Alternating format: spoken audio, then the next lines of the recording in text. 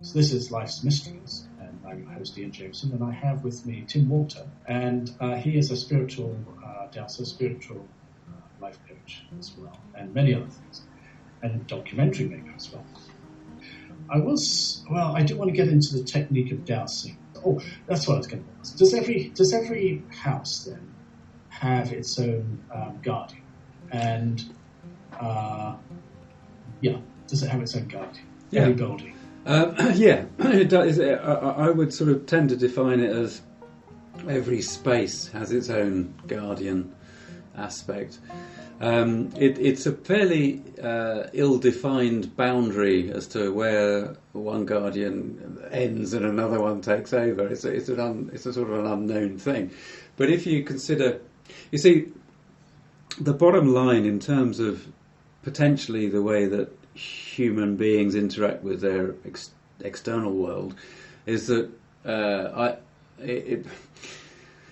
there's a theory, a scientific theory, or a process of an awareness of consciousness that says that, well, perhaps this is actually all mostly illusory, and it is just the interface for us to interact with another facet of information, of which we're one facet. So it's all illusory. So really, the key to all of this is the point of awareness of the individual. So if I go, I remember very distinctly spending some time with a friend of mine who was quite into all of this stuff, and we would go off on sort of expeditions around the Forest of Dean, and there were one or two places that either felt very good or felt rather odd, and on one of them we were at a road. There was a bit of a traffic accident black spot. And I asked to speak to the guardian energy there, and what that was that was very, very angelic feeling, an incredibly angelic feeling.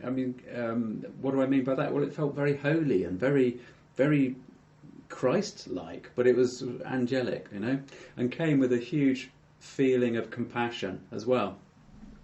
And it was trying to explain to me that there was like a rift, and this was part of the problem of the issue that we were having, humanity was having at that particular point. And then you move away, you go about 500 yards or so, and then you come to just at that particular place there was a crematorium, and there was a guardian energy there, and that was a different sort of feeling of guardian energy. So, but to answer your question, every house has a guardian energy personality. And you can ask to speak to it, but you need to be fairly aware of who and of the process to do it. Again, I'll use the word safely. I did go through a phase of encouraging people via my YouTube channel to go off and find and speak to the spirit of place, but actually I realised that some people would just bring a whole lot of baggage to that encounter, and there are aspects of the self that sometimes you don't want to encounter being reflected back to you, and that's usually, that can be a bit of an issue. And in this deepest sort of spiritual aspect, then I think that all of this stuff that we encounter is, as I said before, an aspect of self, an aspect of God, an aspect of all of the spiritual, of the divine, the existence, the universe, being reflected into another aspect of it. That sounds very pretentious and woolly, and doesn't even fall into pseudoscience, but we sort of fail with the language sometimes. So you can basically find the spirit guardian personality in every place. You can just ask to acknowledge them without going into a big heavy conversation with them, and they will be quite approachable. So the dowsing technique, and you say that dowsing, and I feel as well, I like to start off sort of slow with these things, because I've had some different spiritual experiences in my life, and some have been scary, and I wanted to start off slowly, and so you said that the dowsing approach is actually a good way to start. But could you just talk, if that's correct, correct me if I'm wrong, but just go through the process of how you would, for example, find water or something with a dowsing. Okay, well, yeah, I mean, it's so really what you're asking is about direction finding, and that would be something that you would really use if you were out in the field or in a house. If you wanted to find something within the house, and you would use rods, is what I would recommend. You use dowsing rods. So they could be metal, right? Metal, yeah, usually metal. You can pick them up from places that, as I said before. There's a place in town that sells them. Yeah, you could buy them at Mind Body Spirit shops, or there are websites. You can find them on Amazon, to be frank. But if you go to either the British Society of Dowsers, which I think is britishDowsers.org, or the American Society of Dowsers, they've both got shops, and you can pick up dowsing rods there. Basically, one of the things we haven't described is actually how it works. How does dowsing work? And the only logical explanation, which is the one that I feel most in alignment with, because when I started dowsing way back in '98, quite often if you ask people how does dowsing work, they just say, I don't know. It doesn't matter. We just go with it. We just know it works, so we just go with it. And to me, that wasn't good enough. I wanted to know how does it work. And really, what I now say, which I believe is correct, is that we are finding the information. I think we are doing it, basically. It's part of our subconscious process. And there is a thing called the ideomotor effect, which critics use to say, your dowsing doesn't work, it's not magic or anything like that. And no, dowsing is not magic. It is not magic. There's no magical aspect about it whatsoever. It is a very basic physical process, but it's a process that is operated by the subconscious. So the ideomotor effect actually has a role in it, because what happens is that we ask a question, and as you say, right, you want to find some water, you want to find a particular place to drill a hole to find X amount of flow, gallons, litres per minute, hour, whatever. So you basically ask the question, and in asking that question, you're going into that meditative mindset that we spoke about before. You're tuning in. I think you go in and you find that information in the quantum level of existence. So I think that dowsing enables us, as human beings, to access that quantum aspect of us, right down there in that level of where the Creator really made us. Everything in this dimension, the physical dimension, is informed from the 0 point field. So dowsing, we pick up the information, and actually when you're an experienced dowser, you get the yes or no or other information before your rod or your pendulum even responds. So this is why I said right at the start that the rod or the pendulum is really just a set of keys that helps you lock into the modality. So what you would do if you were looking for this position to drill the hole for the water, is you would literally stand with two rods held out in front of you like 6-shooters, like the old Western guns, nice and relaxed, relax your shoulders and your arms, just focus on what you're looking for and be very specific about what you're asking for. And you've got these two rods standing out in front of you, both parallel with the ground, and you'd ask to be shown which direction to walk to find the most, the specific water flow that you're looking for, underground water flow. And the rods will move. They will both move, usually. If you're new to it all, then maybe you'll get one moving at a time and the other one will sort of take a little while to catch up. But this is just part of what you learn. The more you do it, the better you get at it. So you expect two rods to move, and you follow the direction that the rods point. So you just walk in that direction, and you've still got the rods held out in front of you. They are now pointing again straight in front of you because you're following the direction that they started to, indicate. And you'll get to a point where they actually cross. And where they cross is basically showing you where you're going to drill. Now, that's the basic sort of technique of finding a position out in the field. You can do it off a map, you can do it off a floor plan, you can do it off another device and look for it in a different way. But again, there's a video on the YouTube channel about map dowsing specifically. And actually, I had a go at that, and I actually made a couple of rods out of coat hangers, coat hangers, and I think you saw those, Tim, and I know that you were really impressed. I was impressed with your craftsmanship. Yes, but the shock on his face, God, those will never work. But they did. Surprisingly, they were very thin, so you hold them in your hand. There was no way that I could have actually really gripped them in. They were so loose in my hands. And sure enough, I did the aura of the tree. But the thing that really stunned me was when I tried to find this drainage pipe on my property, which I didn't know where it was exactly. And I went across, and I really didn't. It was level ground, and they just crossed over.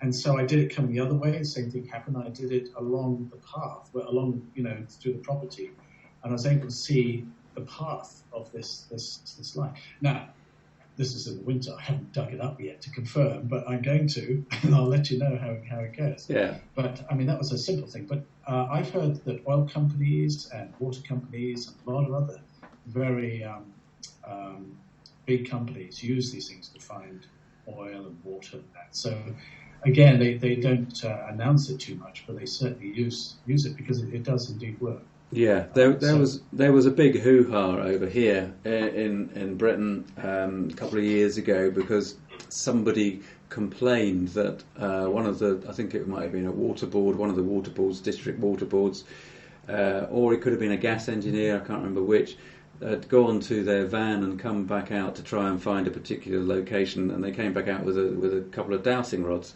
and so this person complained that they were spending their money, their bills were going on archaic methods of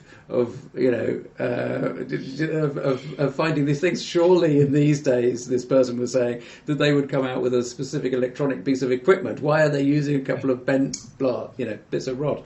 But of course, the answer is that they work. It works. People don't talk about this stuff traditionally because they don't want to be, understandably, don't want to be laughed at.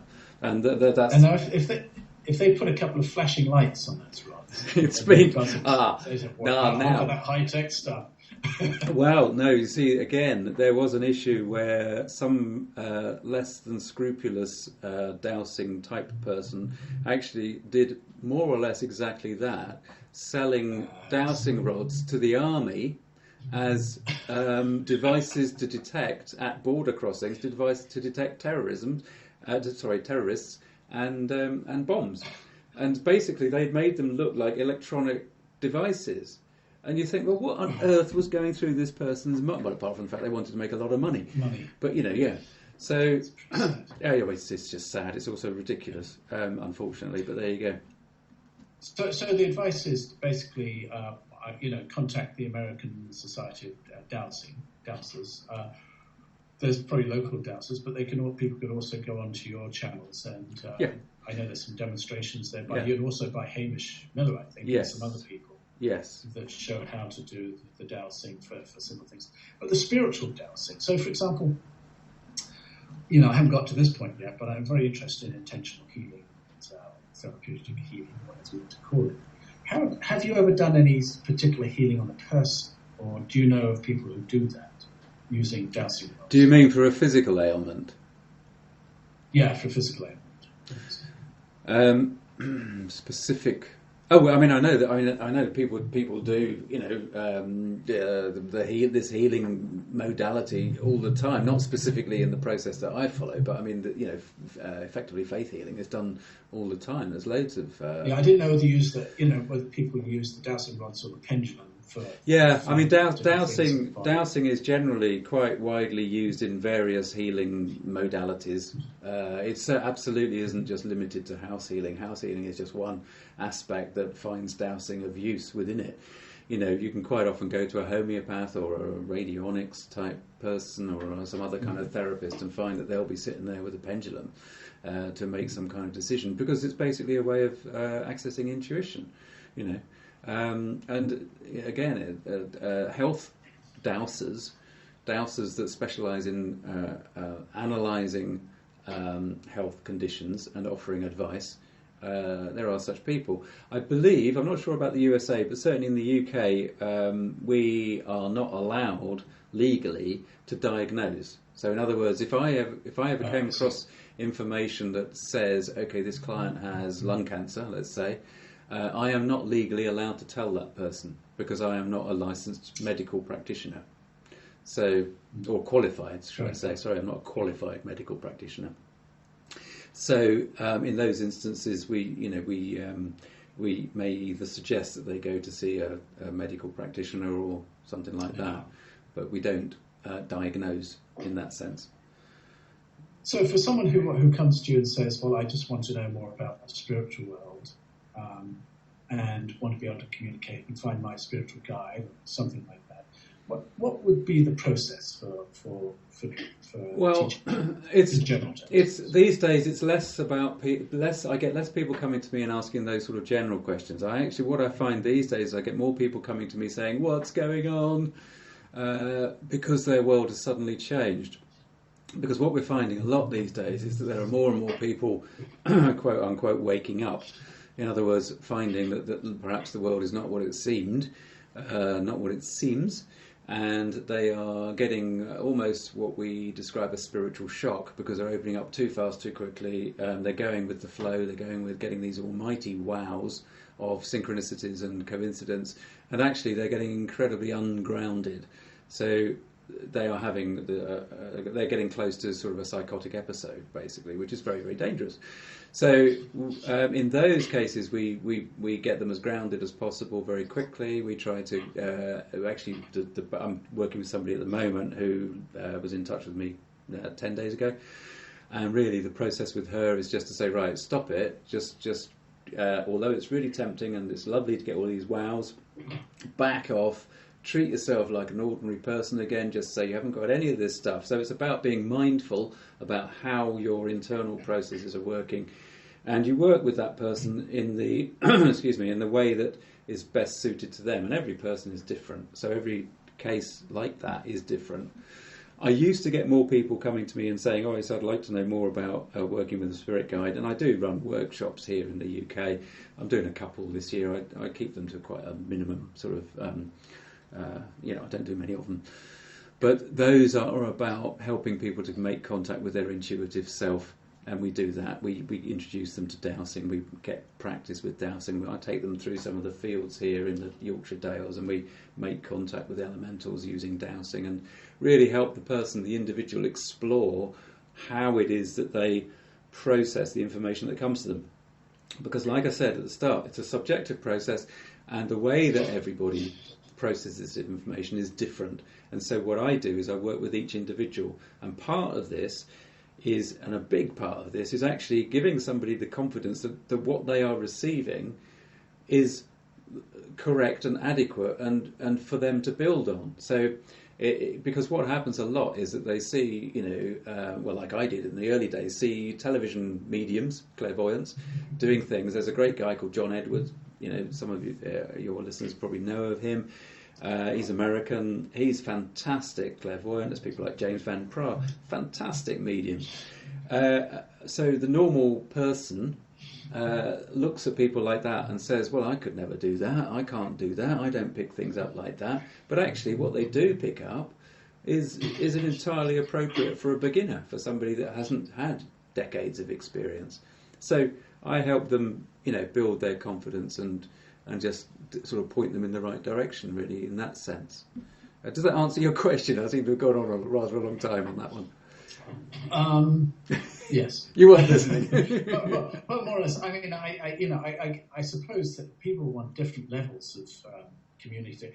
For example, the spirit guide. How do you teach people how to get in touch with their own spirit guide? Do you go to that sort of level?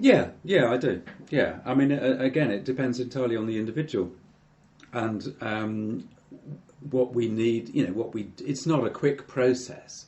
So really, what happens is that I will set somebody off on a path, and then allow them to go away and spend time working on that themselves.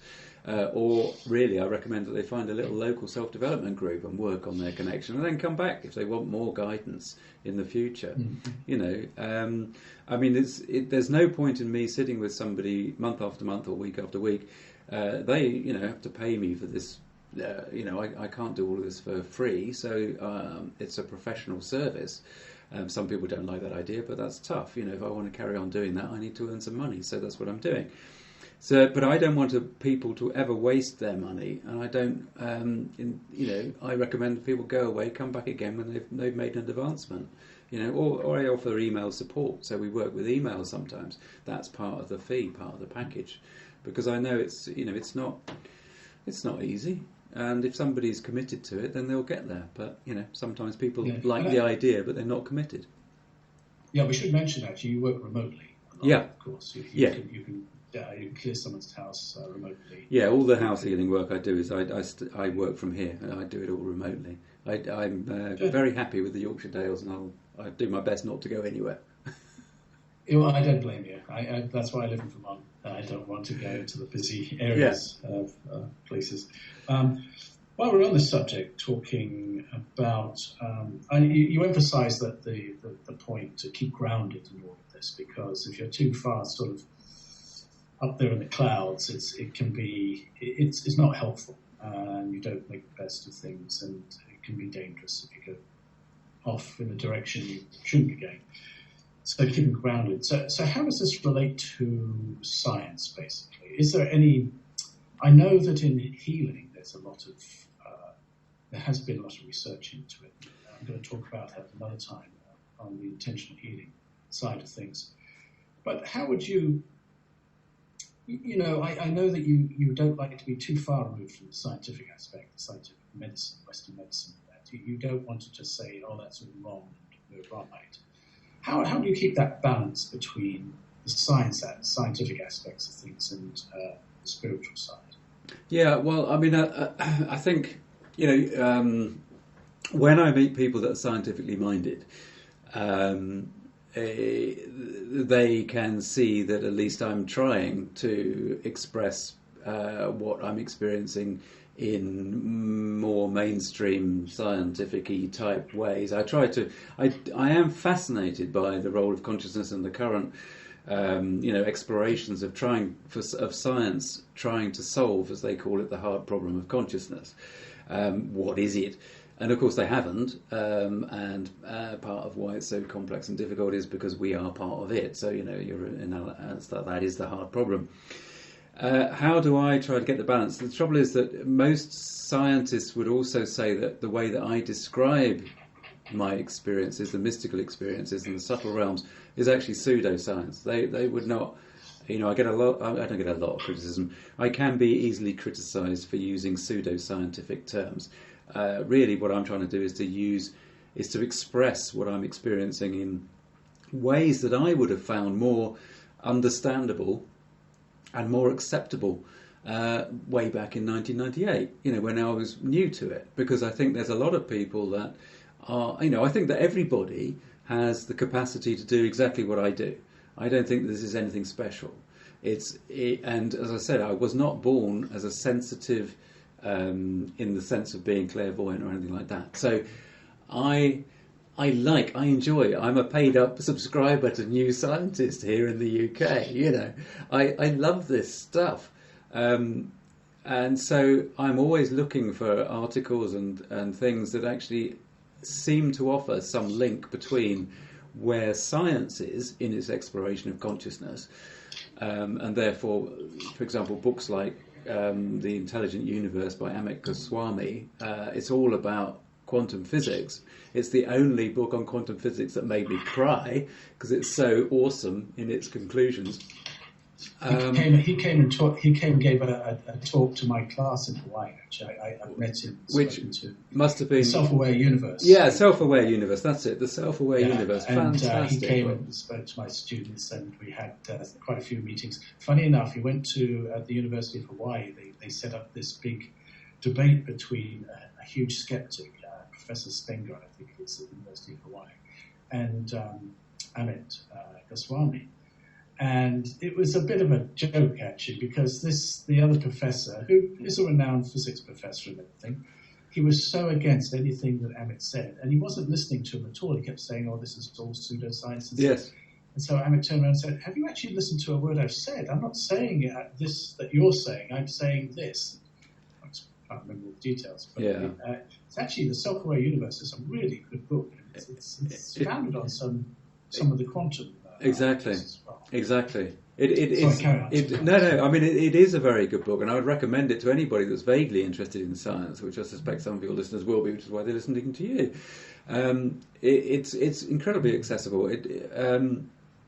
And this is part of what I find so fascinating, is that we are living at this time where science and spirituality are definitely converging. I'm not talking about the average Joe, I'm going to be unkind here, the average Joe that thinks themselves to be scientifically minded, where actually they're not, they're just closed-minded, but proper science that is pushing the boundaries and wanting to understand what it is, what we are as human beings in our role of being aware, self-aware, being aware aspects of these informational processing biological things that we are. I mean, we're extraordinary in what we are, and science, materialistic science, doesn't get close to getting the answer. And particularly as a lot of these spiritual aspects are not repeatable, and that's a big feature of science. It has to be repeatable. So the two don't really fit together. They don't fit together. No, they don't fit together. And a lot of it's hard to measure. Sorry, mate, you go on. Yeah, I know there's a bit of delay between us. It's hard to measure the experiences in the brain. It really is, and so science doesn't do that. Sorry. No, I was also going to say, really, I mean that, and measuring the neurological function, what's going on in the brain, isn't actually going to give you the answer to what the experience is, because it's the experience of this. It's experiential. It's not something that could be measured. You can measure a brain. You can measure somebody that's in. You can look at all the processes and say, well, there's this part of the brain and this part of the brain that's firing off. But that doesn't tell you what the person is experiencing. And it's very often the experience that is the key to a shift of perception. It's not the numbers in the head, in the brain. Right. And science doesn't really understand what the conscious experience is. No, that's they can't. A big problem. Can't quantify it. And the very thing we do science with, of course, is that conscious experience. So it's a bit of a conundrum, basically. Yeah. A hard problem to say. Yeah. By the way, we've got about another 15 minutes because this meeting will finish automatically at 1:45 the hour. And I just wanted to touch on, and we go back and talk about other things, anything you want to finish off, because we skipped around here. But I wanted to talk about Hamish Miller a little bit.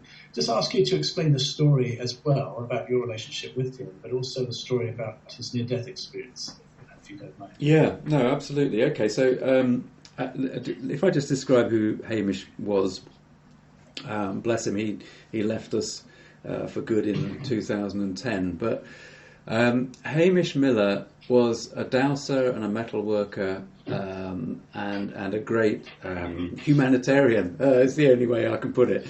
He was the guy who, along with a fellow called Paul Broadhurst, basically rediscovered the Michael and Mary energy lines in the south of England. And these are big energy lines that go right across the south of England, from Cornwall, where Hamish used to live, across to the coast in Suffolk. And they also go right around the world. So they're probably one of the pairs of dragon lines, as they're called, that the ancient Druid traditions used to speak of, that go around the world.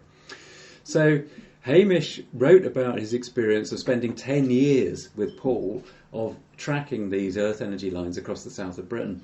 And actually now, interestingly enough, the route of these two energy lines is now mostly along most of its length recognised as a pilgrimage trail, and it's signposted. So local councils are even signposting the Michael and Mary line. So that's a bit of interest.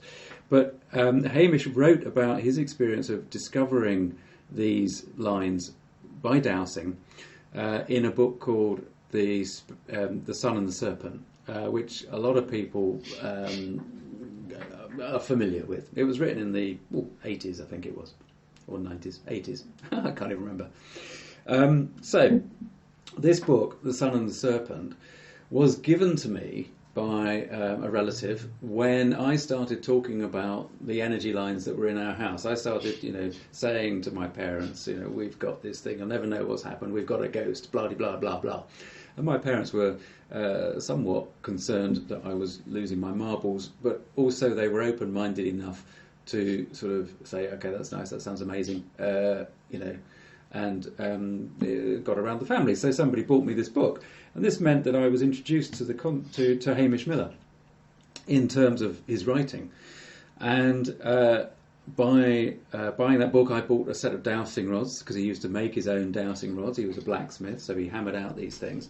By doing that, I was on his mailing list. So when he wrote a book called The Wee Book of Dowsing, which he did do in probably about 2000 or 2001, 2, something like that, I got an invitation to the book launch, and I said to Nikki, my wife, we've got to go meet this guy. His books are amazing. We've got to go and see him. And the day before we met him with everybody else at the book signing, the book launch, I said, I'm going to ask him if he wants to do some telly, because I was heavily into the television world at that time. And so that is my first words to him were, hello, I make television programmes, would you be interested in doing something together? And of course he just looked at me like I was some kind of idiot and said, possibly, but we can't talk about it now. And then it was just the rest of the day carried on. Now, from that developed our friendship, and really he actually made contact with me after that book launch, writing to me and saying, look, I've had experience with television types. I really don't like television. As far as I'm concerned, it's just there for the control of the masses, along with giving them their football to keep them quiet.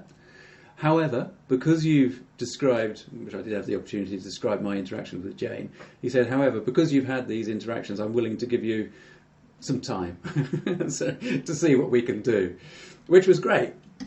Absolutely fantastic. So that was the start of me spending on and off 7 years with Hamish and doing various video programmes with him about the subtle realms, about dowsing. But the one that started it all was the Spirit of the Serpent, which we've touched on before, which was the exploration of earth energy within the sacred site. So Hamish was really my mentor in that time, and one of the big things that I learned from him was A, don't take yourself too seriously, B, always be as practical and grounded as possible, and C, don't be surprised by anything that happens. It's as simple as that.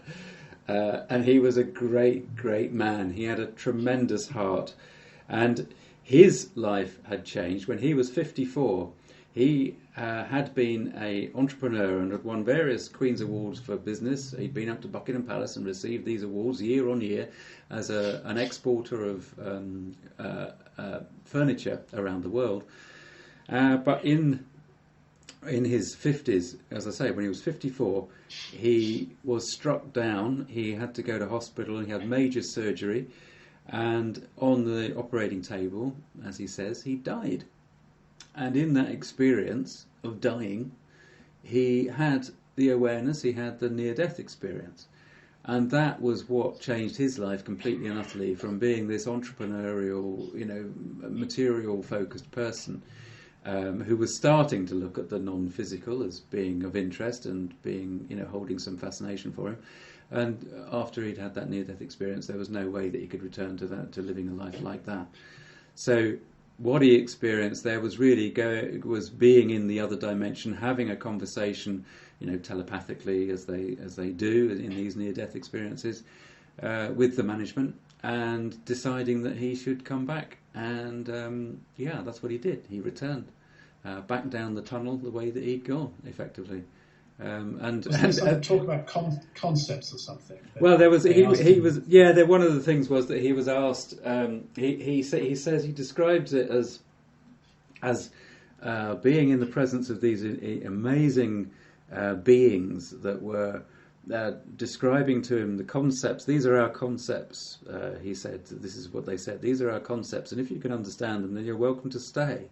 And Hamish was never very specific, but what he sort of alluded to was things like, what is the sound of yellow, and what is the shape of, music, or whatever. These sort of abstract concepts. It's almost like the concepts that actually a synesthesist, do you know what I mean?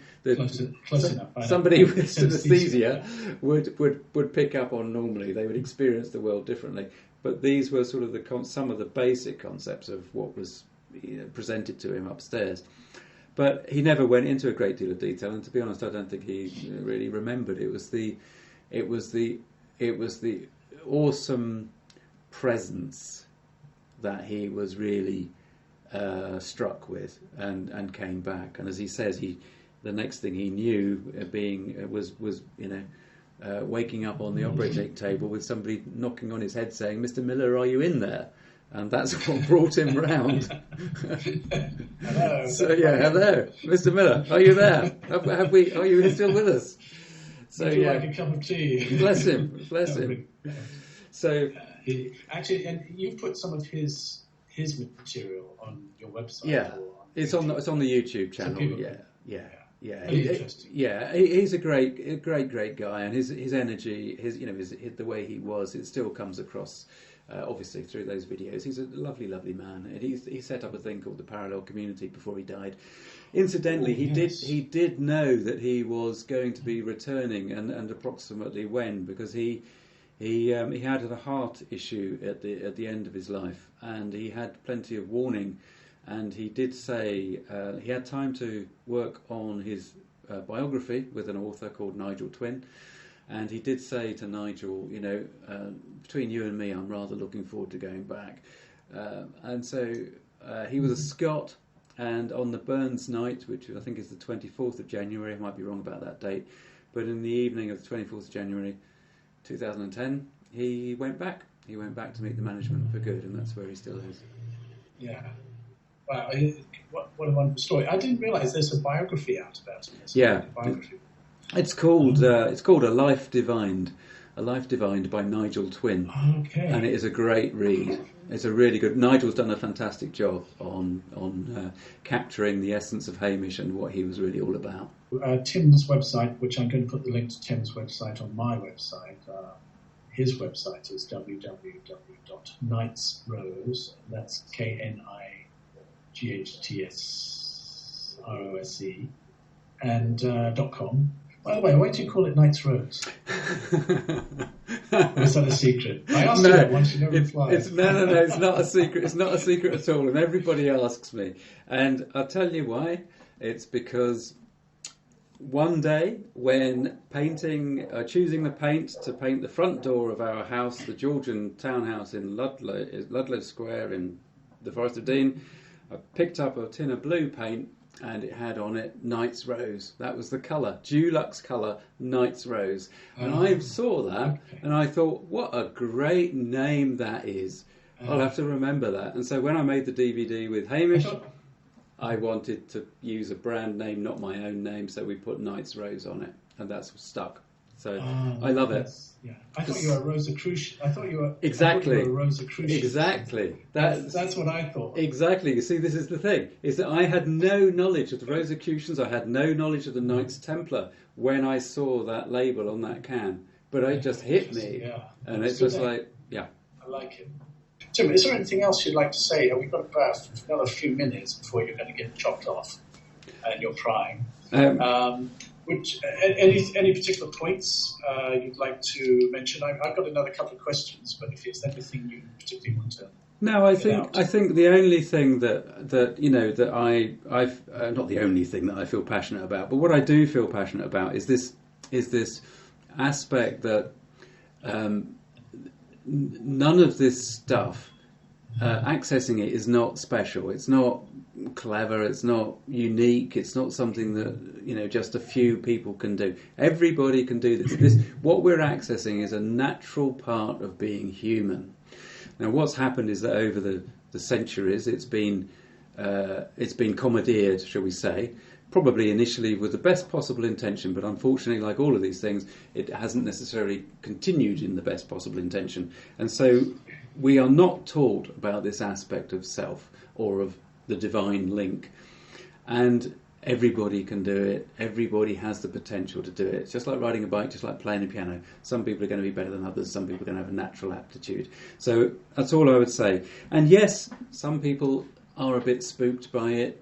And so therefore it's not really for them. If you're spooked by it, don't get involved. Don't carry your fear into this realm.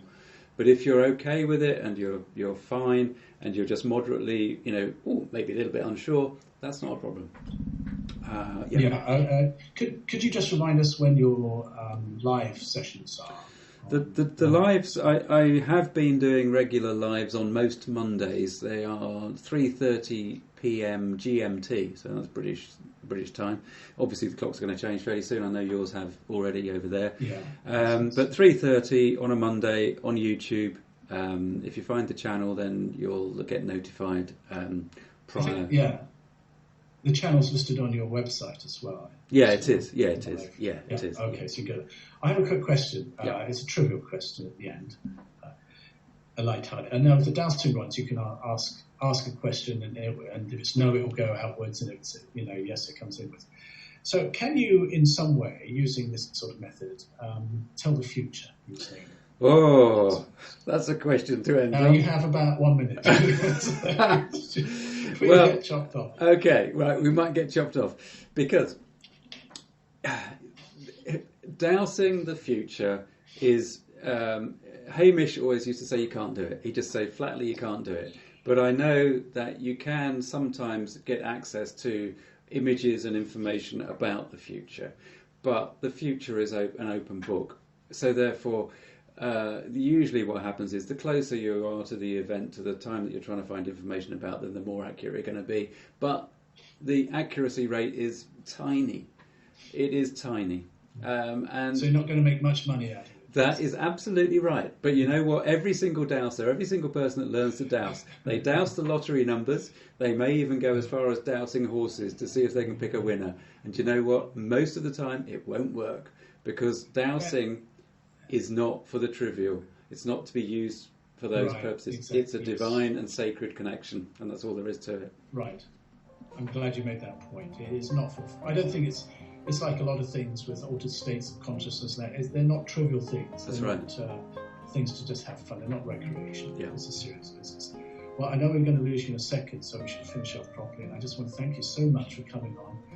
And I didn't play much music. You spoke the whole time. I know it's later for you, so I really appreciate it. I learned a lot just from talking, so I'm sure a lot of listeners will. Well, thank you very much for having me. You. And I hope they watch the live session, because that's really fun, because you interact with people on the chat there as well. So that's really great. Thank you very much, Tim, and I'll talk to you another time. It was great. Thank you so much. Thank you, Ian. Take care. Bye-bye. All right. Bye-bye now.